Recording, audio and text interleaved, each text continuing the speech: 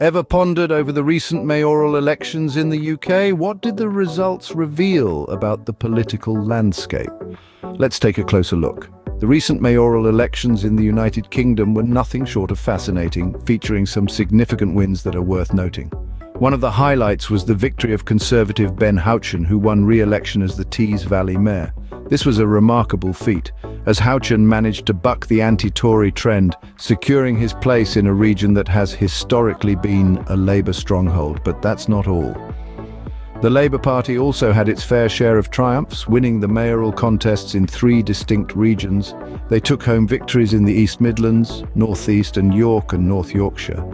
These wins were not only a testament to their popularity in these regions, but also an indication of potential success in the upcoming general election. So let's delve into the details of these electoral battles.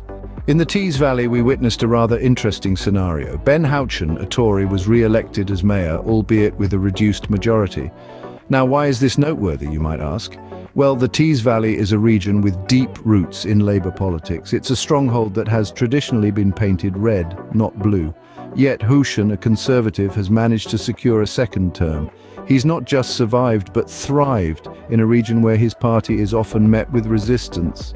It's like a rose blooming in a field of daisies, an unexpected yet captivating sight.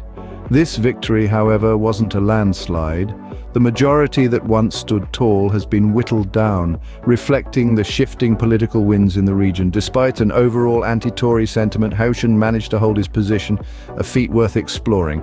Meanwhile, the Labour Party enjoyed success in several regions. The East Midlands, North East and York and North Yorkshire all saw Labour victories in their respective mayoral contests. A notable triumph was that of former Labour MP Claire Ward, who emerged victorious in the East Midlands. Ward earned a decisive victory by a margin of over 50,000 votes, defeating her Conservative rival Ben Bradley. Over in the North East, a change in leadership took place as well. Kim McGuinness, a Labour representative, claimed the mayoralty from independent Jamie Driscoll. This victory not only signified a win for Labour, but also a shift in political preference within the region, marking an important milestone for the party.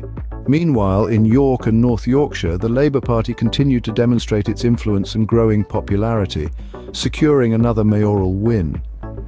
The victories in these regions underscore the strength and resilience of the Labour Party and also the trust and confidence the public has placed in them. These wins indicate a potential resurgence of the Labour Party in these regions. They serve as a testament to Labour's enduring appeal and its ability to mobilise and engage voters.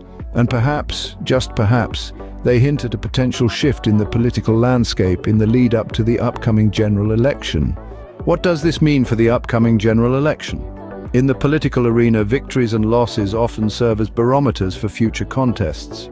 The recent mayoral elections in the United Kingdom showcase a fascinating pattern that may well hint at the dynamics of the imminent general election. Let's start with Ben Houchen's victory in the Tees Valley.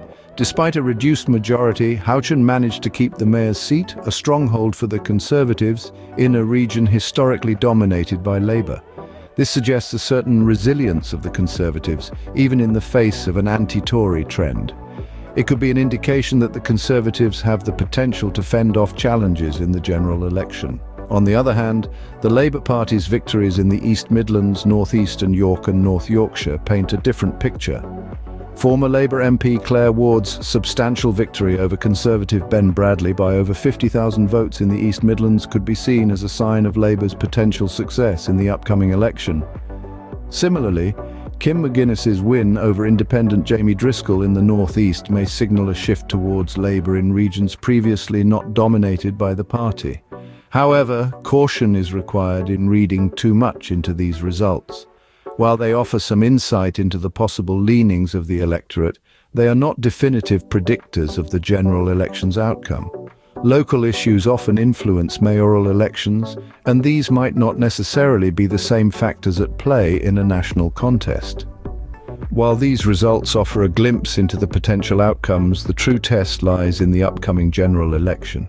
So what have we gleaned from the recent mayoral elections?